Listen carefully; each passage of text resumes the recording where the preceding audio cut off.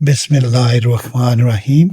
मेरा नाम मोहम्मद अकरम है और आप देख रहे हैं मेरा YouTube channel Kashmir village life. तो शुरू करते हैं आज का व्लॉग। जैसे कि आपको पता है, जब भी हम यूके से पाकिस्तान आते हैं तो हमारा सबसे बड़ा प्रॉब्लम बिजली का होता है, क्योंकि पाकिस्तान में बिजली बहुत अनस्टेबल है। कभी आपको 250 वोल्ट 260 वोल्ट मिलती है और कभी आपको यही बिजली 100 क्या 70 टू 80 वोल्ट्स तक हो जाती है। तो ये हमें जो मसला दरकार था, इसका हल हमने सिर्फ यही ढूंढा कि घर पे सोलर लगा लें। तो पिछले साल हमने इस घर पे सोलर लगाए थे। ये फुटेज जो आप अभी देख रहे हैं, ये हमारे गांव की सनराइज है, सूरज तुलू होने का मंजर। तो चलिए अब आपको दिखाते हैं अपना सोलर सिस्टम। तो ये सोलर सिस्टम हमने 5 किलोवाट सोलर सेल लिए हैं, 10 प्लेटें हैं जिनकी जनरेशन 550 वोल्ट्स ईच प्लेट जो है वो जनरेट करती है, 550 वाट्स। और हमने 10 प्लेटें ली हैं।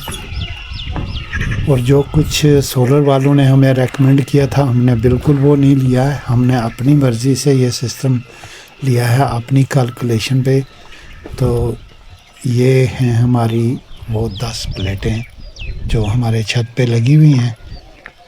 और ये हमें तकरीबन दोपहर के वक्त मैक्सिमम 4.5 किलोवाट जनरेट करती हैं हमारे लिए।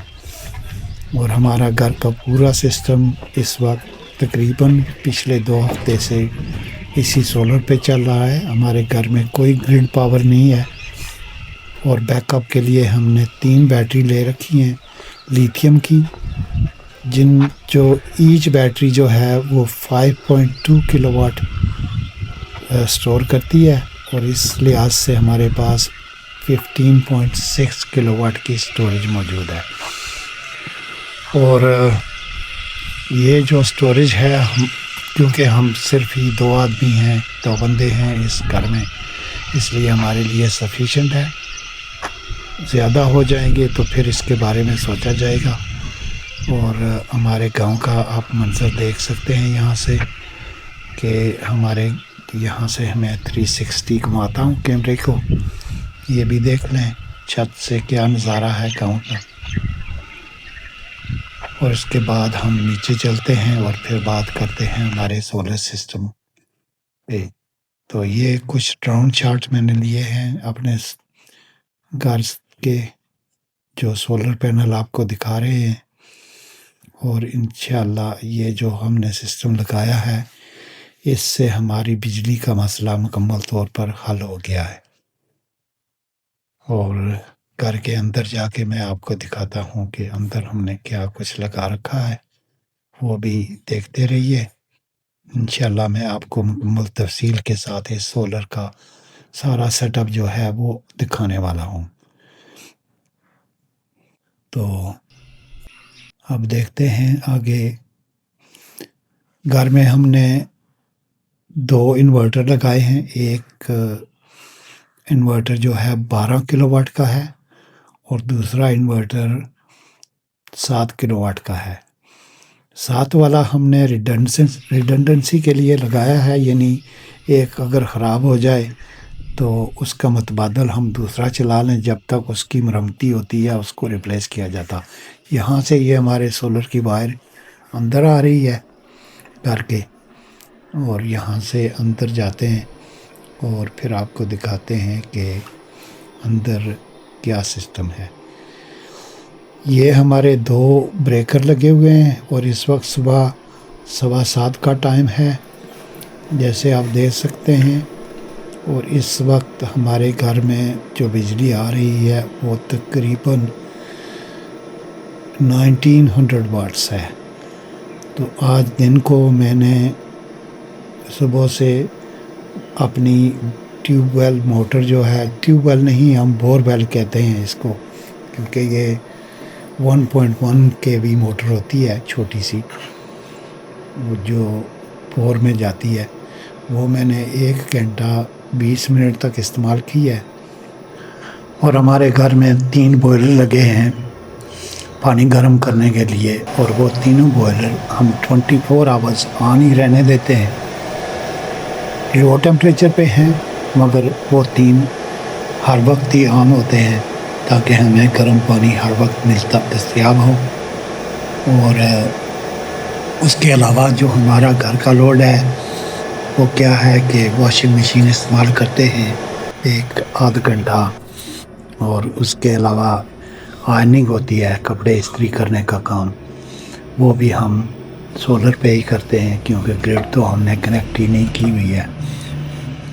और दिन के वक्त सिर्फ कोई लोड ज़्यादा नहीं है, मौसम भी ठंडा है, इसलिए पंखे भी नहीं इस्तेमाल हो रहे हैं, एयर कंडीशनिंग की भी अभी ज़रूरत नहीं है। और दिन के 10 बजे के बाद जो भी बिजली हम बनाते हैं वो हमारे सरप्लस हो जाती है। अभी इस वक्त हमारी बैटरीज इतनी फुल हो चुकी हैं कि वो कोई मज़ीद करंट नहीं ले रही हैं।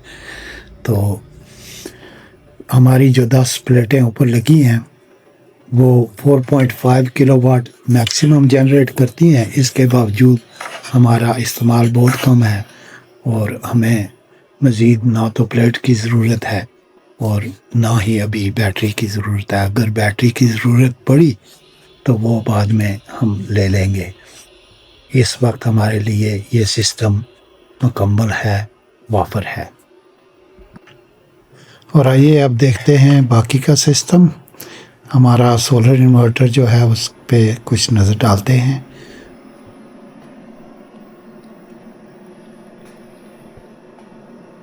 ये है हमारा पावर इन्वर्टर, इसमें ड्यूल स्ट्रिंग सोलर आ रहे हैं 1 और 2, और ग्रिड पावर ऑफ है, जनरेटर ऑफ है, बैटरी कनेक्टेड है और ड्यूल लोड आउटपुट जो है वो भी इसमें है।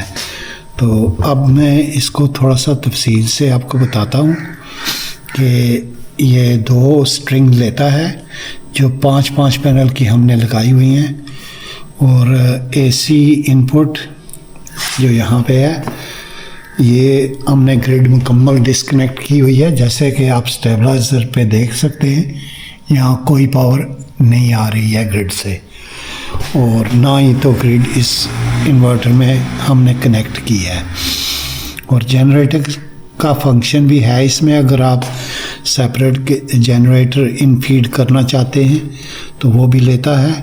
और बैटरी, जैसा कि हमारी ये जो 3 बैटरी हैं इनमें सॉफ्टवेयर कंपैटिबल नहीं थी इसके लिए, और इसको ये हमारे इन्वर्टर को अपडेट चाहिए इन बैटरीज़ को रिकग्नाइज करने के लिए, मगर हमने मैन्युअली प्रोग्राम कर दिया है इसको ताकि ये बैटरी अच्छी तरह से इस्तेमाल कर सके।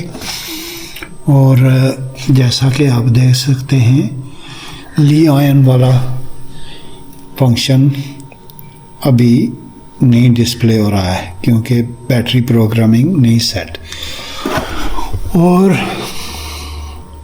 यहाँ पे आप देख सकते हैं इस वक्त हमारा चूँकि बैटरी बैंक फुल है इसलिए हम सिर्फ बाहर से तकरीबन 220 वाट ले रहे हैं और बैटरीज 98% पे हैं। वैसे तो 95 पे भी ये फुल होती हैं। 95 के बाद जो भी चार्ज होता है वो उसको हम सरफेस चार्ज बोलते हैं। वो जैसे ही चार्जर बंद करते हैं तो वो चार्ज तकरीबन डिस्चार्ज हो जाता है। और ये देखें बैटरी 0 एम्प ले रही है। 55.6 हमने मैक्सिमम वोल्टेज सप्लाई दी है बैटरीज को और 55.5 पे इस वक्त है। और जैसा कि आप देख सकते हैं इस वक्त लोड नहीं है घर में। और ये जो है वोल्ट डीसी ये पैनल 1 जनरेट कर रहा है 222 वोल्ट्स और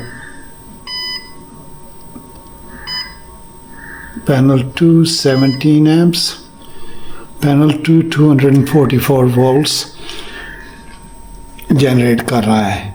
तो ये जो फिगर है यहाँ 189 वाट्स की, ये अगर डिमांड हो तो ये ऊपर जाएगी, वरना नहीं जाएगी।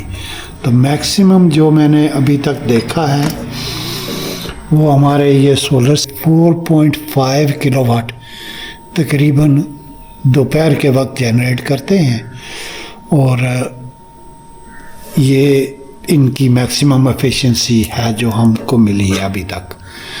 तो ये रहा हमारा इन्वर्टर, और साथ में ये दूसरा इन्वर्टर है जो हमने स्पेयर लगाया हुआ है। अगर इसको कोई प्रॉब्लम हो जाती है पहले इन्वर्टर को, तो हम उस पे स्विच ओवर कर सकते हैं। इस वक्त ये इन्वर्टर इस्तेमाल नहीं हो रहा है, ये सिर्फ रिडंडेंसी के लिए है।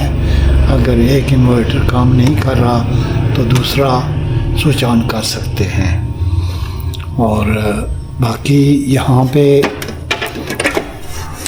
जो हमारे पास ट्रिप लगा हुआ है, ये तो अच्छा काम नहीं कर रहा है। ये बता रहा है कि 229 वोल्ट्स 0.4 एम्प्स हमारी डिमांड है इस वक्त, और ये 20 एम्प्स पे ट्रिप कर जाता है।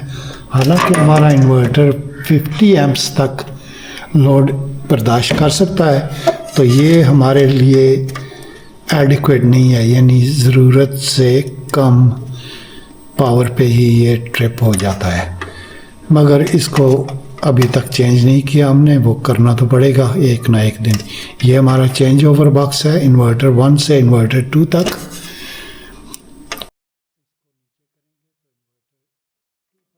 तो ये ब्रेकर जो हैं ये एक इन्वर्टर 1 के लिए है और दूसरा इन्वर्टर 2 के लिए। और जैसे कि आप देख सकते हैं अभी तो हम इन्वर्टर एक ही इस्तेमाल कर रहे हैं, और ये इन्वर्टर 12 किलोवाट का है सॉरी, और इसके साथ जो दूसरा लगा हुआ है वो 7 किलोवाट का इन्वर्टर है। तो इसके बहुत सारे फंक्शन हैं। ये मैन्युअली हमने ट्यून अप किया हुआ है सारा, और जैसा कि आप देख सकते हैं इसकी प्रोग्रामिंग काफ़ी आसान तरीके से हो सकती है। यहाँ से ही इस बोर्ड से सारी प्रोग्रामिंग कर सकते हैं। आप लिथियम बैटरी इस्तेमाल करें या लेड एसिड। हमारे पास तो इस पे 3 बैटरीज लगी हुई हैं जो हमारी ज़रूरत के लिए वाफर हैं, और अगर ज़रूरत मज़ीद पड़ी, हमने सोचा कि ये हमारे लिए काफ़ी नहीं है तो एक बैटरी मज़ीद ले लेंगे। ये जो बैटरीज हमारे पास हैं ये 2 एयर कंडीशन तकरीबन पूरी रात 2 कमरों में चला सकती हैं, और हमारे 2 कमरे बहुत कम ही ऑक्यूपाइड होते हैं, यानी 1 या 2 कमरे, इससे ज़्यादा हमें ज़रूरत नहीं है। तो अब करते हैं इस व्लॉग का इख्तिताम। मुझे अपनी दुआओं में याद रखिए। इंशाअल्लाह अगले व्लॉग में आपसे मुलाकात होगी। मुझे इजाज़त दीजिए। अल्लाह हाफिज़।